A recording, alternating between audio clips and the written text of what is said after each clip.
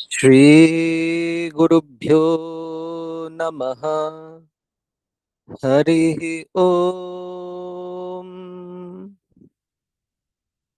सहनाववतु सहनौ भुनक्तु सह वीर्यङ्करवावहै तेजस्विनावधीतमस्तु मा विद्विषावहै। ओम शांति शांति शांति। ओम जातवेदसे सुनवामसो ममराति यतो निदहाति वेदः स नः पर्षदति दुर्गाणि विश्वा नावेव सिन्धुं दुरितात्यग्निः तामग्निभरणां तपसा ज्वलन्तीं वैरोचनीं कर्मफलेषु जुष्टाम् दुर्गां देवीगं शरणमहं प्रपद्ये सुतरसि तरसे नमः। अग्ने त्वं पारयानभ्यो अस्मान् स्वस्तिभिरति दुर्गाणि विश्वा पूश्च पृथ्वी बहुला न उर्वी भवातोकायतनया यशयोः विश्वानिनो दुर्गः जातवेदः सिन्धुन्न नावा दुरितातिपर्षि अग्ने अत्रिवन्मनसा गृणानोऽस्माकं बोध्यविता तनूनाम् पृतनाजितगं सहमानमुग्रमग्निगं हुबेम परमात् सधस्थात् स नः पर्षदति दुर्गाणि विश्वा क्षामद्देवो अतिदुरितात्यग्निः प्रत्नोषि कमीद्यो अध्वरेषु सनाच्च होता नव्यश्च सत्सि स्वाञ्च आग्ने तनुवं पिप्रयस्वास्मभ्यं च सौभगमायजस्व गोभिर्जुष्टमयुजो निषिक्तन्तवेन्द्रविष्णो रनुसञ्चरेम नाकस्य पृष्ठमभिसंवसानो वैष्णवीर्लोक इह मादयन्ताम् ॐ कात्यायनाय विद्महे कन्याकुमारी धीमहि तन्नो दुर्गिः प्रचोदयात्। ॐ शान्ति शान्ति शान्तिः। अथ श्रीमद्भगवद्गीता अथ नवमोऽध्यायः। श्रीभगवानुवाच गतिर्भर्ता प्रभुः साक्षी निवासः शरणं सुहृत् प्रभवः प्रलयस्थानं निधानं बीजमव्ययम् तपाम्यहमहं वर्षं निगृह्णाम्युत्सृजामि च अमृतं चैव मृत्युश्च सदसच्चाहमर्जुन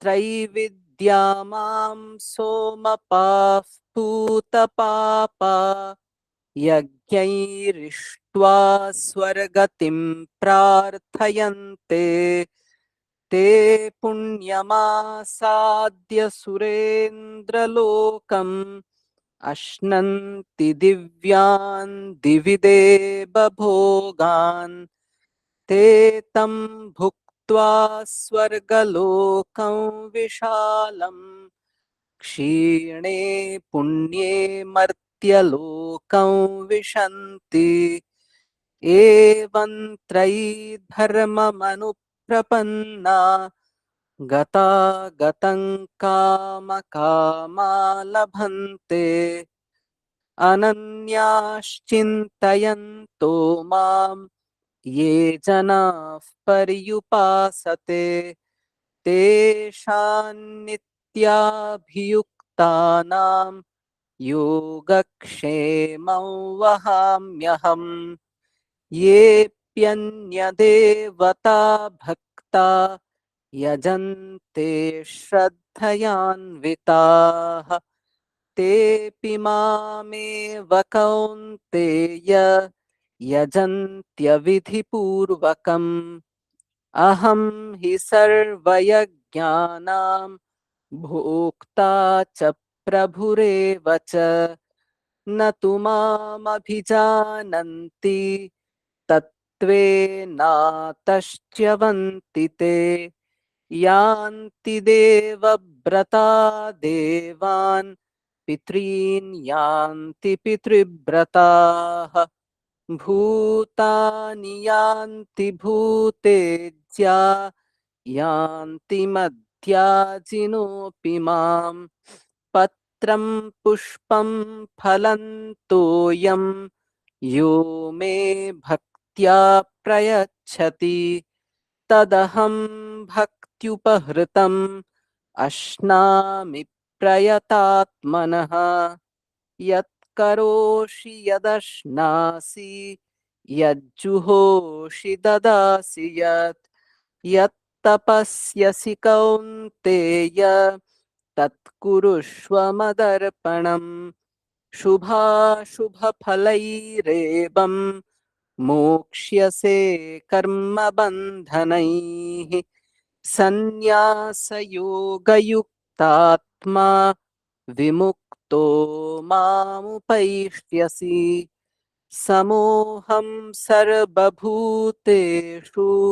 न मे द्वेष्योऽस्ति न प्रियः ये भजन्ति तु मां भक्त्या मयि ते तेषु चाप्यहम् अपि चेत् सुदुराचारो भजते मामनन्यभाक् साधुरेव समन्तव्यः सम्यग् व्यवसितो हि सः क्षिप्रं भवति धर्मात्मा शश्वच्छान्तिं निगच्छति कौन्तेय प्रतिजानीहि न मे भक्तः प्रणश्यति मां हि पार्थव्यपाश्रित्य येऽपि स्युः पापयोनयः स्त्रियो वैश्यास्तथा शूद्राः तेऽपि यान्ति परां गतिम् किं पुनर्ब्राह्मणाः पुण्या भक्ता राजर्षयस्तथा अनित्यमसुखं लोकम् इमं प्राप्य भजस्व माम् मन्मना भव मद्भक्तो मद्याजी मां नमस्कुरु मामे वैष्यसि युक्त्वैवम् आत्मानं मत्परायणः ॐ तत्सदिति श्रीमद्भगवद्गीतासु उपनिषत्सु ब्रह्मविद्यायां योगशास्त्रे श्रीकृष्णार्जुनसंवादे राजविद्या राजगुह्ययोगो नाम नवमोऽध्यायः।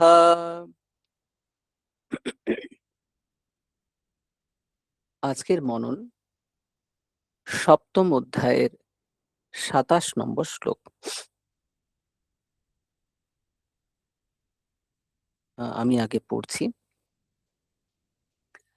ইচ্ছাদ্বেষসমুত্থেন দ্বন্দ্বমোহেন ভারত সর্বভূতানি সম্মোহম सर्गे यान्ति परन्तप।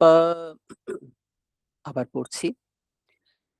ইচ্ছাদ্বেষসমুত্থেন দ্বন্দ্বমোহেন ভারত সর্বভূতানি সম্মোহম सर्गे यान्ति परन्तप।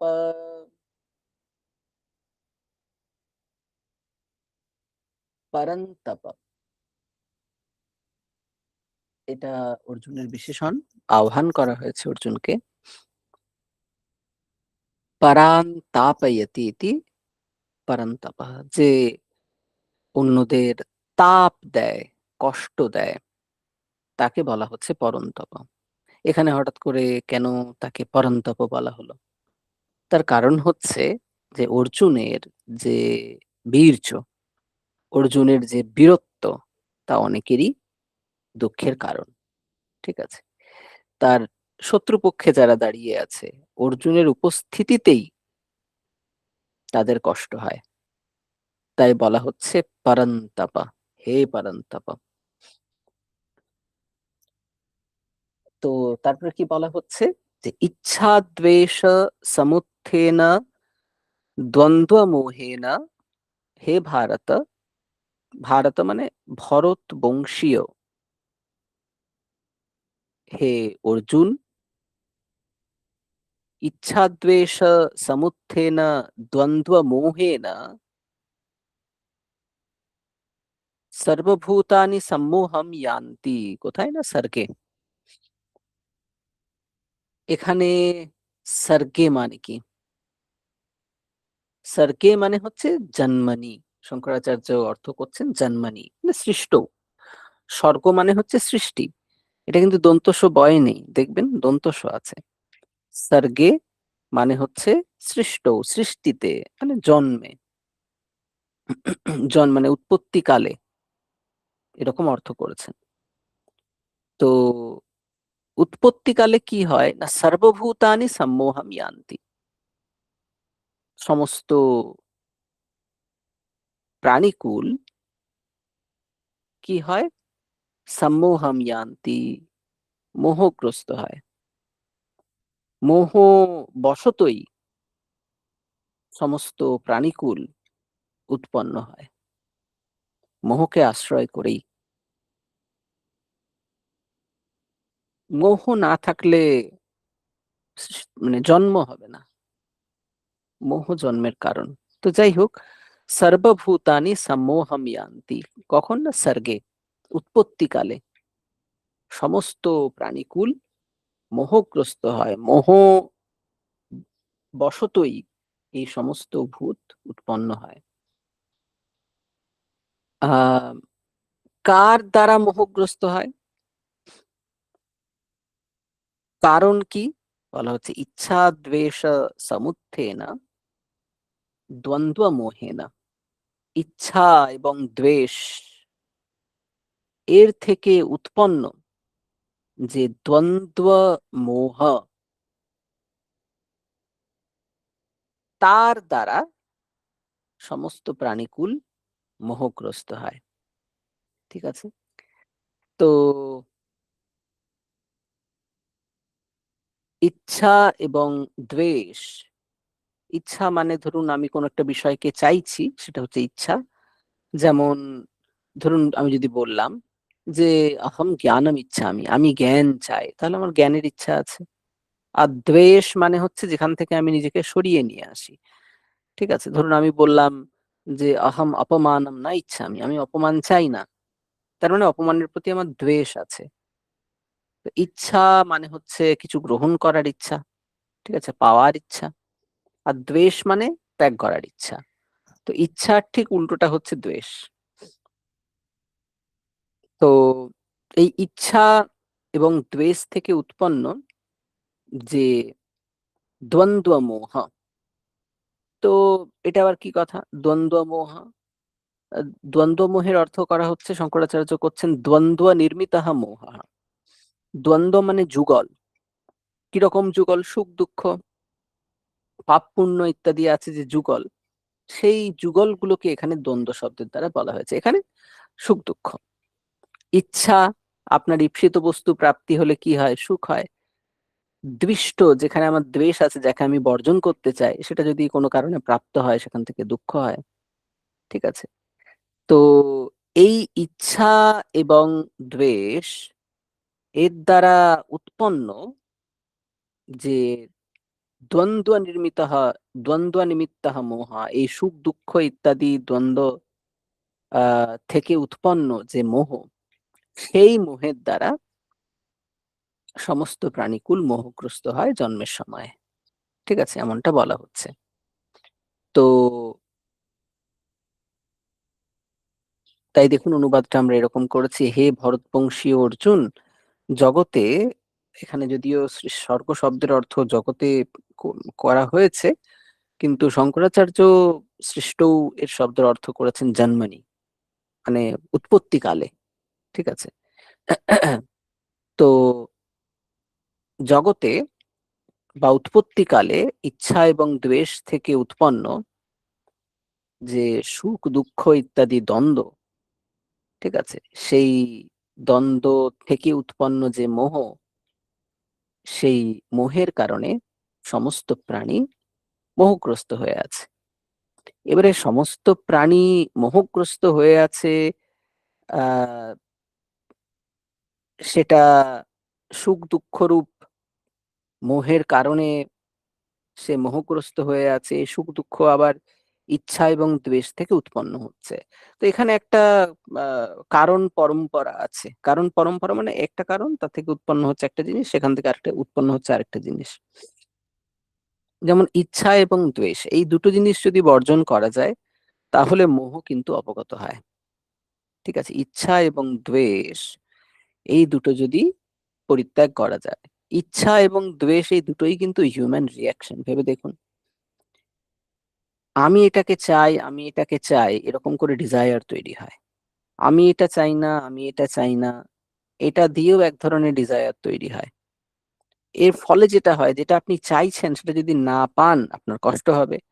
আর যেটা চাইছিলেন না, সেটা আবার যদি পেয়ে যান, সেখানেও কষ্ট হবে। ফলে এই ইচ্ছা এবং দ্বেষ, এই দুটোকে অতিক্রম করা জরুরি। এবং অতিক্রম করার জন্য উম সামনে সবকিছু এক্সপিরিয়েন্সের মতো করে পারসিভ করতে হয়, যে যা সামনে যা আছে ওটা একটা এক্সপিরিয়েন্স মাত্র। আমার কাছে যা আসছে, ভালো এবং মন্দ দুটোই আমার কাছে এক্সপিরিয়েন্স এবং ইকুয়াল। আমি ভালোটা পেয়েও উল্লসিত হব না, আর যেটা আমার অনিষ্ট, আমার ঈপ্সিত নয়, সেটা পেয়েও আমি ভেঙে পড়বো না। তো এই যে একটা সমভাব, সাম্য, এই সাম্যটা খুব জরুরি। আপনারা দেখবেন অনেক ধরনের মানুষ আছে খুব প্রাণোচ্ছল, খুব প্রাণোচ্ছল। তারা এই আনন্দে হা হা হা হা করে হাসছে, ঘর মাতিয়ে রাখছে, আবার যখন দুঃখ পাচ্ছে কেঁদে একদম ঘর ভাসিয়ে দিচ্ছে। খুব প্যাশনেট লাইফ সম্পর্কে, যারা খুব প্যাশনেট। আবার কিছু লোকজন আছে একটা সমভাব বজায় রাখে, প্রচন্ড আনন্দ, সে অন্তরে হয়তো আনন্দ অনুভব করছে, কিন্তু তার বহিঃপ্রকাশ সে খুব একটা বেশি করছে না। সেটা অর্কটা যে জাগতিক আহ সাংসারিক ব্যাপারে সেটা যে খুব প্রশংসনীয় তা বলছি না, মানসিক শান্তির জন্য অবশ্যই ভালো। তো এবং কোনো দৃষ্ট বস্তু উপলব্ধ হলে যে সে প্রচন্ড ভেঙে পড়ছে, তো সে প্রতিকার করছে, সে তার সম্ভাব্য প্রতিকার করছে, কিন্তু সে একটা সমভাব ধারণ করছে। তো এই সুখ এবং দুঃখে ওই যে আছে না, দুঃখেষু অনুদ্বিগ্নমনা সুখেষু বিগত স্পৃহঃ ভীত রাগ ভয় ক্রোধ স্থিতধীর মুনিরুচ্যতে। ভীত রাগ, অনুরাগ, ভয়, ক্রোধ পরিত্যাগ করেছে। তো এখানে আরো ব্যাপারটাকে সহজ করে দিয়েছে যে ইচ্ছা এবং দ্বেষ, এটা আমার চাই, এটা আমার চাই না, এই যে ট্যাগ গুলো, এই ট্যাগ গুলো যদি আমরা বাদ দিতে পারি, তাহলেই কিন্তু ওখান থেকে সুখ আর দুঃখ আসবে না। ওখান থেকে সুখ আর দুঃখ না এলে আমার মোহটা হবে না। আমার কাছে সবই এক্সপিরিয়েন্স, কিন্তু ওটা আমাকে কষ্ট দেবে না। বুদ্ধ একটা কথা বলতেন যে pain is obvious but the suffering is temporary. Murakami ও তার উপন্যাসে লিখেছেন যে পেইন ইজ অবভিয়াস, শরীর আছে, কষ্ট তো হবেই, কষ্টটা অবভিয়াস, কিন্তু বিষয় হচ্ছে যে সাফারিং, আমি সেটাকে প্রচন্ড দুঃখ ভোগ করব কিনা সেটা চয়েস। আপনার পায়ে কাঁটা ফুটে গেল, হতে পারে, রাস্তায় হাঁটতে গেলে হতেই পারে, এটা অবভিয়াস, কিন্তু আপনি তার জন্য ঠিক কতখানি কষ্ট পাবেন সেটা আপনার হাতে আছে। এটা আবার কিরকম কথা হলো? তার কারণ হচ্ছে আপনি পায়ে প্রচন্ড ব্যথা হচ্ছে, আপনি ওষুধ নিলেন, ডাক্তারের কাছে গেলেন এবং যথারীতি অন্য কাজ করতে থাকলেন, পাটা ফেলতে পারছেন না, রেস্ট নিলেন। আর একটা হচ্ছে যে বাবা গো আমার কি হলো গো, বাড়ির লোককে মাথায় করা, মানে আহ সেটা আরেক ধরনের। তবে শারীরিক অসুস্থতা সেটা সাথে সাথে অ্যাটেন্ড করতে হবে, কিন্তু আমি বলতে চাইছি যে তার যে প্রতিকার, সেই প্রতিকারের পরে যে জিনিসটা যুক্ত করা হয় সেটা পিওর রিয়াকশন। বলা হয় our problems are only 10%, 90% is the reaction of ours. Actually প্রবলেমটা 10%, আমরা তাকে রিয়াকশন দিয়ে আরো 90% অ্যাড করে 100% করি। তো এখানে বলছেন যে সৃষ্টির শুরুতে কিন্তু এই মোহগ্রস্ত হয়েই সমস্ত প্রাণীকুলের সৃষ্টি হয়।